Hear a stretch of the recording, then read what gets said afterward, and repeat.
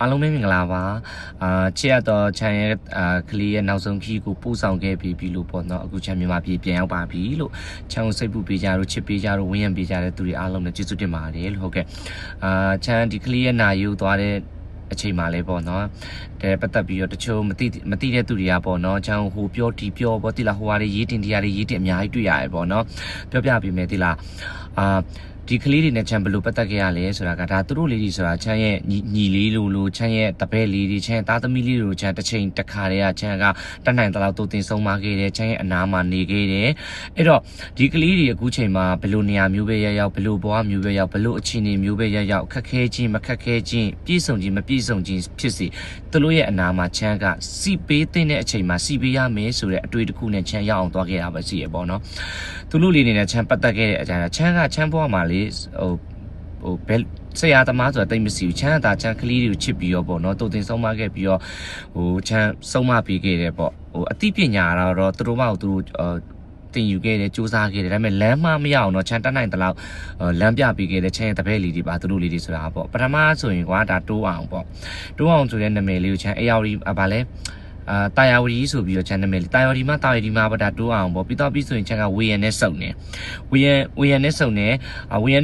ပြီးတော့ချန်အေယာဝတီမှာရောက်လာတာပေါ့သူ့နာမည်လေးတွေချန်ကအေယာဝတီမှာဆိုတဲ့နာမည်လေးကိုချန်ပေးလိုက်တာချစ်လို့ဆိုပြီးတော့ပေါ့နော်အေယာဝတီသူလေးလည်းအေယာဝတီသားလေးလည်းဖြစ်တယ်ဆိုတော့ပေါ့နော်အဲ့တော့အခုချိန်မှာချန်ရဲ့ကလေးတွေ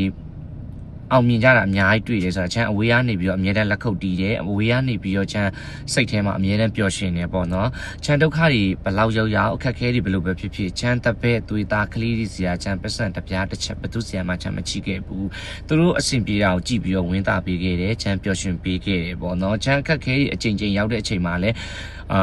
သူတို့တွေနဲ့ချမ်း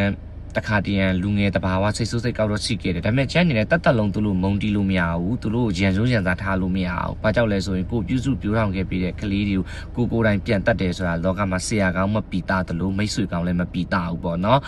ဒါပေမဲ့ကိုအေယာရီမလေးရဲ့နောက်ဆုံးခီးမှာဆိုရင်လည်းပေါ့နော်ချမ်းရဲ့ဒီလက်ရှိဒီဘက်ချမ်းမှာချမ်းဘလောက်ပဲလမ်းခီးကြံတန်းဘလောက်ပဲခက်ခဲပဲဖြစ်ဖြစ်ချမ်းဘက်ကဘလောက်ပဲအန်ဒီတွေများတဲ့လမ်းပဲဖြစ်ဖြစ်ပေါ့နော်နောက်ဆုံးအနေနဲ့ချမ်းအနေနဲ့မရောက်အောင်သွားမဲ့အချင်းနေမှုချမ်းရအောင်သွားတာတခုအလွယ်ပြီးတော့ဘာမျောလင်းချက်မှမရှိဘူးပေါ့နော်ဘဝဒီလောကကြီးမှာပြန်မတွေးနိုင်တော့တဲ့သူဘယ်တော့မှစကားထိုင်ပြောလို့မရတဲ့လူကပျောက်ကွယ်တော့မဲ့